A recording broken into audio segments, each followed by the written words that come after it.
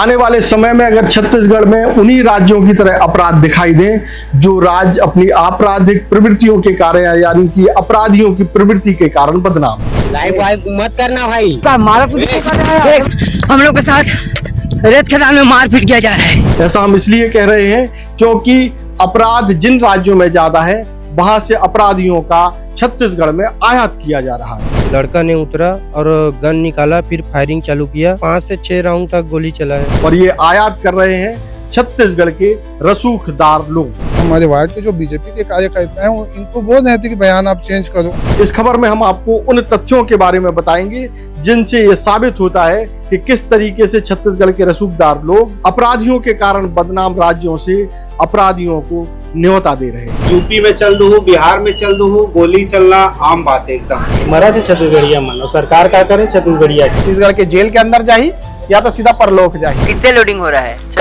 Chain mountain से।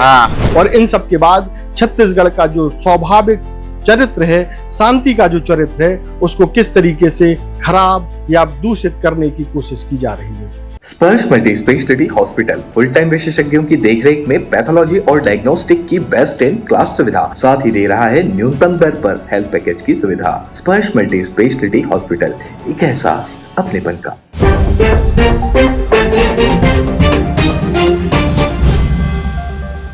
नमस्कार, मैं हूं मयंक चतुर्वेदी और आप देख रहे हैं तीरंदाज। छत्तीसगढ़ नाम सुनते ही आम लोगों के मन में एक छवि कौंधती है या छवि दृश्य बनता है और वो दृश्य है शांत स्वभाव के लोग। यहाँ अपराध कम है और लोग बहुत ही शांति प्रिय हैं, यानी स्वाभाविक स्वभाव ही उनका शांति का है।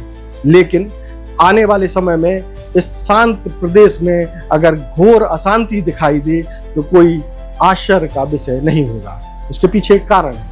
कारण ये है कि छत्तीसगढ़ के जो रसूखदार लोग हैं वो ऐसे लोगों को छत्तीसगढ़ में बुला रहे हैं जो अपराधी हैं और अपराध जिन लोगों के कारण उनका अपना प्रदेश भी जो है अपराध के कारण बदनाम है।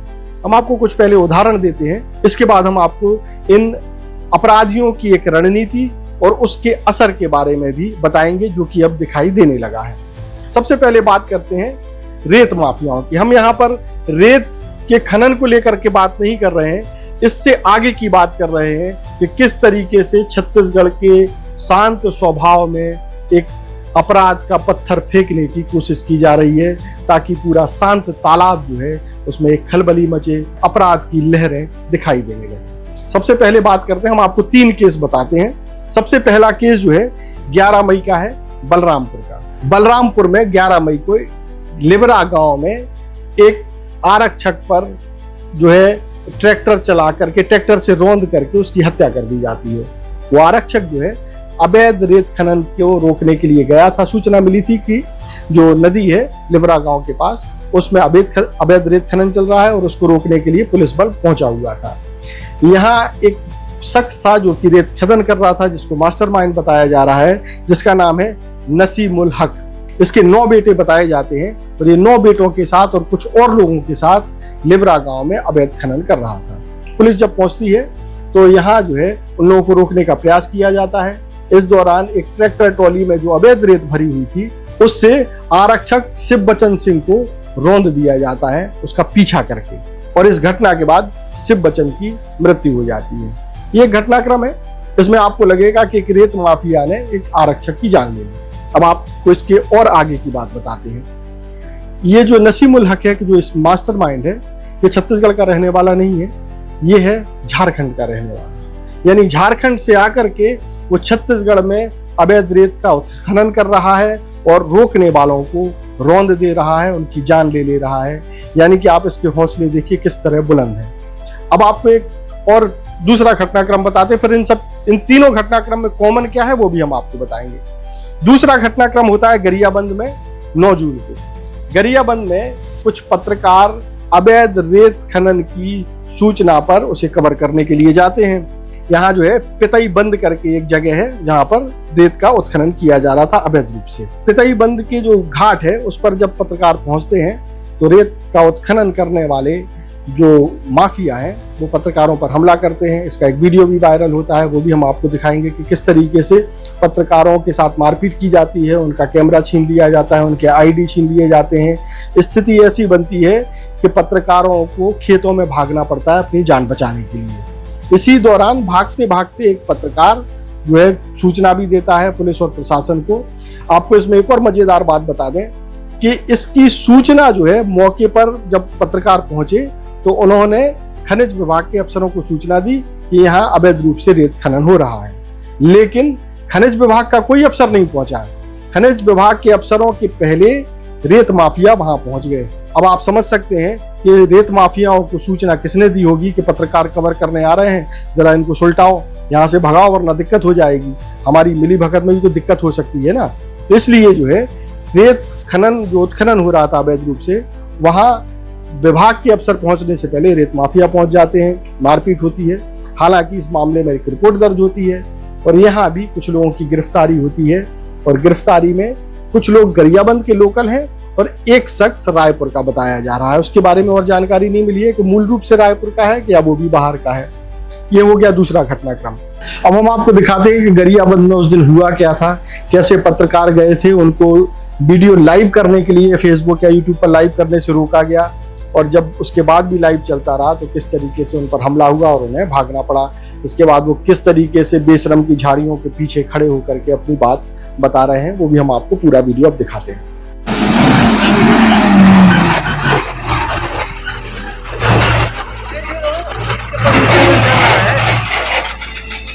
ये भैया तो सामने में तो है का कौन सा खदान में आए थे?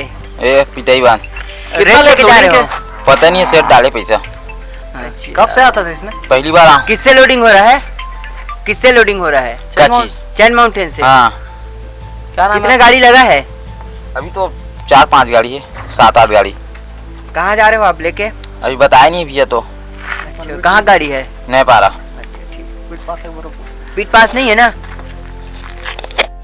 लाइव वाइव मत करना भाई। कहाँ जब्ती कर रहे हैं बताओ? काहे के लिए लाइव कर रहे हो तो काहे के लिए चीजें जब्ती कर रहे काहे हैं? के लिए लाइव कर रहे हैं जी, बताओ ना जी। क्यों नहीं करूँ बताओ? क्यों करोगे? क्यों नहीं करूँगा बताओ? लाइव मत करना भाई, क्यों? लाइव मत करना। शुरू कर रहा हूँ ना, शुरू करो। हाँ, बंद करो उसको। लाइव काहे के लिए कर रहे हो तो? लाइव काहे के लिए कर रहे हो? लाइव का मारा पीट कर रहे हैं। लाइव कर रहे हम लोग के साथ रेत खदान में मारपीट किया जा रहा है, देख रहे हैं। और गाड़ी वाड़ी तोड़े हैं ये लोग, मत कर रही है। चंद में हम लोग खेत में छुपे हैं और जान बताइए रेत वाले को तलकर हम लोग किया। कई बार प्रशासन को देख रहे हैं करना है, हम पत्र चली पर हैं, ले अगर हमारे पास कोई नहीं। ये तो हुए दो मामले। अब तीसरा जो मामला है वो राजनांदगांव के मोहड़ गांव का है। मोहड़ गांव में 11-12 जून की रात में अचानक से कुछ लोग पहुंचते हैं चैन माउंटेन और जेसीबी लेकर के, उसमें कुछ लोग कारों में भी सवार होते हैं। वो आकर के वहां अवैध रेत खनन की तैयारी शुरू करते हैं। जब ग्रामीणों को इसकी भनक लगती है तो बड़ी संख्या में ग्रामीण एकत्र होते हैं और उनको रोकने के लिए पहुंच जाते हैं। जब रोकने के लिए पहुंचते हैं तो दोनों में पहले विवाद होता है। विवाद के बाद जो है मारपीट की नौबत आती है और मारपीट की नौबत के बाद गाड़ियों से आए हुए, मतलब रेत माफियाओं के साथ आए हुए लोग, जिसमें एक कार का नंबर MP33 है, यानी कि वो शिवपुरी की गाड़ी है, उसमें से कुछ युवक उतरते हैं और ताबड़तोड़ फायरिंग कर देते हैं। ग्रामीणों का दावा है कि वहां करीब 14 से 15 राउंड फायरिंग हुई, लेकिन पुलिस की जो जांच है, जो पुलिस है, जो वो कहती है कि वहां करीब 3 राउंड फायरिंग हुई। इसके बाद में आरोप ये भी लगा कि जो पीड़ित हैं उन पर दबाव बनाया गया कि वो गोली कांड को लाठी कांड बताएं, यानी कि जो उनको चोट लगी है, गोली से जो घायल हुए हैं, उसको ये बताया जाए कि गोली से नहीं बल्कि लाठी के प्रहार से उनको चोट लगी है। ये पूरा घटनाक्रम भी हम आपको पिछले वीडियो में बता चुके हैं, इसमें भी हम आपको दिखाएंगे।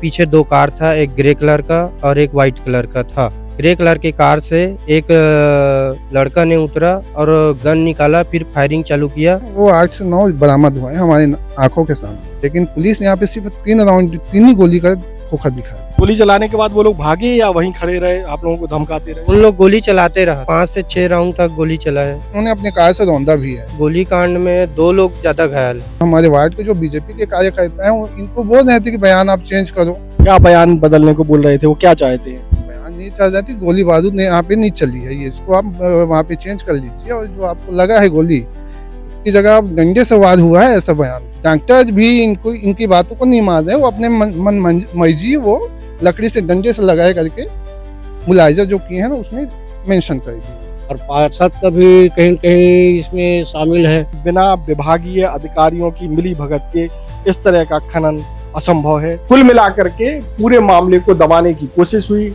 बाद में जांच में ये भी सामने आया कि इस पूरे मामले में पुलिस की भी मिली भगत थी, खनिज विभाग की भी मिली भगत थी, और उनके खिलाफ कार्रवाई भी हुई है। खनिज विभाग के अधिकारी को भी हटाया गया है, पुलिस के एक थानेदार पर भी कार्रवाई की गई है। ये तो हुई 3 मामले। अब इन 3 मामलों में एक चीज कॉमन है। 3 मामलों में जो चीज कॉमन है वो ये है कि तीनों ही मामलों में बाहर के लोगों को बुलाया गया रेत खनन में इन्वॉल्व करने के लिए, और ये सब उन इलाके हैं, उन इलाकों से बुलाया गया जहां पहले से ही रेत माफिया सक्रिय हैं और वो जिले या वो राज्य इन्हीं कारणों से बदनाम भी है। जैसे कि शिवपुरी का जो मामला है, जो राजनांदगांव का मामला है, जो शिवपुरी से जो लोग आए हैं, वहां इसी तरह का कल्चर है। रेत माफिया पुलिस को भी मतलब ये समझते हैं कि उन पर किसी भी तरह से कैसे भी हमला कर सकते हैं, इसके लिए बदनाम है शिवपुरी और ग्वालियर के क्षेत्र। वहां भी रेत माफिया इसी तरीके से व्यवहार करते हैं, अपराधियों की तरह, मतलब घोर क्रिमिनल की तरह वो किसी पर भी हमलावर हो जाते हैं, और वही परंपरा यहाँ भी दिखाई दी। इस तीनों मामले में एक और चीज कॉमन है कि बिना किसी स्थानीय संरक्षण के कोई भी बाहरी व्यक्ति आकर के ना तो यहाँ धंधा कर सकता है, ना कोई गलत काम कर सकता है। और इन तीनों मामलों में भी ऐसा ही है कि क्षेत्र के रसूखदार लोगों ने उन्हें बुलाया, यहाँ उनको अपराध करने की छूट दी, यानी कि कुल मिलाकर के उनको वो अपराधी हैं ही, तो उनको बुलाया ही इसीलिए गया है कि अपराध करिए और उनको कमा करके दीजिए। तो कुल मिलाकर के बाहर के अपराधियों का छत्तीसगढ़ में आयात किया गया। अब इसमें एक और चीज बताते हैं कि इसमें आखिर मानसिकता क्या होती है। इसमें मानसिकता ये होती है कि 1-2 वारदात करने के बाद जब इस तरह की आपराधिक वारदातें हो जाती हैं, आम ग्रामीणों पर गोलियां चला दी जाती हैं, तो लोग भयभीत हो जाते हैं। छत्तीसगढ़ का व्यक्ति जो है स्वाभाविक रूप से शांत है, और इसी का फायदा उठाने की यहाँ कोशिश की गई। लोगों को फायरिंग करके डराया गया ताकि अगली बार जो है जब हम किसी भी तरह का गलत काम करें या रेत माफिया किसी भी नदी को खोद डालें, उसको छलनी कर दें, तो कोई ग्रामीण आवाज ना उठाए। और इस घटनाक्रम का असर भी हुआ। राजनांदगांव वाले मामले में इस घटनाक्रम के बाद, गोलीकांड के बाद, पहले दिन तो लोगों ने विरोध किया, लेकिन दूसरे दिन जब तीरंदाज की टीम ग्रामीणों से पूछने के लिए गई कि यहाँ क्या हुआ था, तो लोगों में इतनी दहशत थी, ग्रामीणों में इतनी दहशत थी कि कोई भी कुछ भी बोलने के लिए तैयार नहीं हुआ। हर ग्रामीण ये कहता नजर आया, उसको जानकारी नहीं है, वो तो था ही नहीं, लेकिन हकीकत ये है कि सबको जानकारी थी, लेकिन कोई भी कुछ बोलने को तैयार नहीं था। अमन घटनाओं ना कुछ नहीं जाए, किसी के लेन देन में रहा ना कुछ नहीं रहा।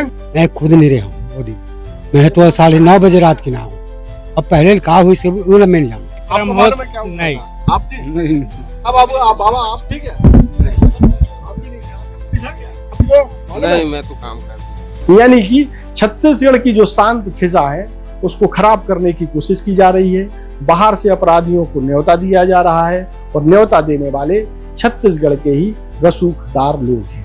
ऐसी स्थिति में आने वाले समय अगर ऐसा ही बना रहा तो छत्तीसगढ़ की फिजा बहुत ज्यादा खराब हो सकती है। इस मामले में जो छत्तीसगढ़ क्रांति सेना है उसके पदाधिकारी क्या कह रहे हैं वो भी हम आपको सुनवाते हैं। राजनांदगांव में जो दूसर प्रदेश ले आके रेत माफिया मन जो गोलीबारी करे छत्तीसगढ़िया मन ऊपर, पहला दिन तो पूरा गांव के मन 101 आवाज में रेत खदान के विरोध करी से, लेकिन दूसरा दिन सत्ता में बैठे भारतीय जनता पार्टी के नेता मन, वहाँ के वर्तमान में जो विधायक है या जो भी महापौर होई, वो मन छत्तीसगढ़िया मन ऊपर ऐसा दबाव बनाई से कि अब वो गोली कांड लाठी कांड में तब्दील होवत नजर आते। मतलब छत्तीसगढ़िया के लहू बहा जाए, छत्तीसगढ़िया के मुड़ी फूट जाए, गोली चल जाए, लेकिन सरकार इतने सस्ता समझते हमार लहू ला कि हर बात ला दबाए बर राजनीतिक दबाव बनाते। गांव के 2-4 छत्तीसगढ़िया मन ला जेल में डाले के जो धमकी दे है, वहां से जानकारी प्राप्त हुआ थे, हमारे भी कई जन सूत्र है।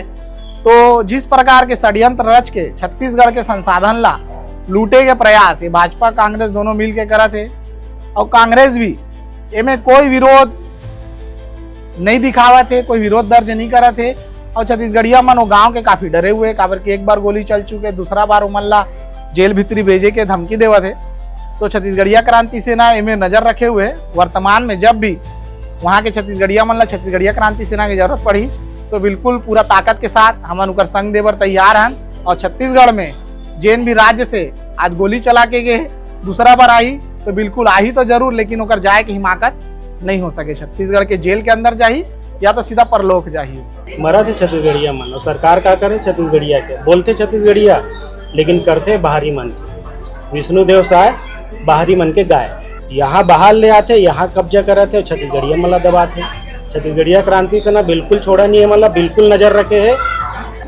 रेत माफिया एक ऐसे मुद्दा है यहाँ पे कि आप बाहर से जैसे बोले जाते कि आप यूपी में चल दो, बिहार में चल दो, गोली चलना आम बात है एकदम। छत्तीसगढ़ में यह कभी होत नहीं रही, लेकिन आप देख लो ये रेत माफिया मन के अतका ज्यादा ताकत बढ़ चुके हैं कि हर क्षेत्र में कभी कोई न्यूज वाले मल्ला मारत पीटा थे, कोई डहर गोलीबारी करा थे, काकर संरक्षण। आप देखो हम भाजपा कांग्रेस ला एक बार ओला जीता था, एक बार एला जीता था, दोनों जन ला जीता था और दोनों जन संरक्षण देते बाहरी प्रदेशिया मल्ला। ये दोनों मिलके संरक्षण देते बाहरी प्रदेशिया मल्ला, ओला ठेकादार बनाते, ओला माफिया बनाते, ताकि एकड़ सत्ता जब परिवर्तन हो या सत्ता में बैठना हो तो एकरे मन के संरक्षण से पैसा भी आई और ताकत भी आई, डराए हम काबर। तो ये नाम से मन लगातार संरक्षण देते। ये जन दोगलई नीति है आप मन के कभी नहीं चले। अब छत्तीसगढ़िया मन जागा थे और छत्तीसगढ़िया क्रांति सेना हमेशा हर एक छत्तीसगढ़िया के साथ में है। तो कोई भी प्रकार के दबाव बना ही कोनो भी पार्टी या माफिया मन है बोला छत्तीसगढ़िया क्रांति सेना बर्दाश्त। तो ये था पूरा मामला कि किस तरीके से छत्तीसगढ़ को अपराध प्रदेश बनाने की कोशिश की जा रही है और आने वाले समय में इसके गंभीर परिणाम दिखाई दे सकते हैं। इसलिए छत्तीसगढ़ की जो मूल प्रवृत्ति है शांति, विकास और खुशहाली की, उसे बनाए रखने की जिम्मेदारी हम सभी की है। देश और दुनिया की ताज़ा तरीन खबरों से जुड़े रहने के लिए आप तीरंदाज को सब्सक्राइब करना बिल्कुल ना भूलें और बेल आइकन को जरूर प्रेस कर लें। और अगर आप हमारे इस वीडियो को हमारे फेसबुक पेज पर देख रहे हैं तो कृपया करके उसे भी फॉलो कर लें। नमस्कार। खुश है तो कोई खुशी मना ले, छोटा बड़ा केक मंगा ले, संगम में मिलता है बढ़िया केक, संगम में मिलता है बढ़िया केक। तीरंदाज।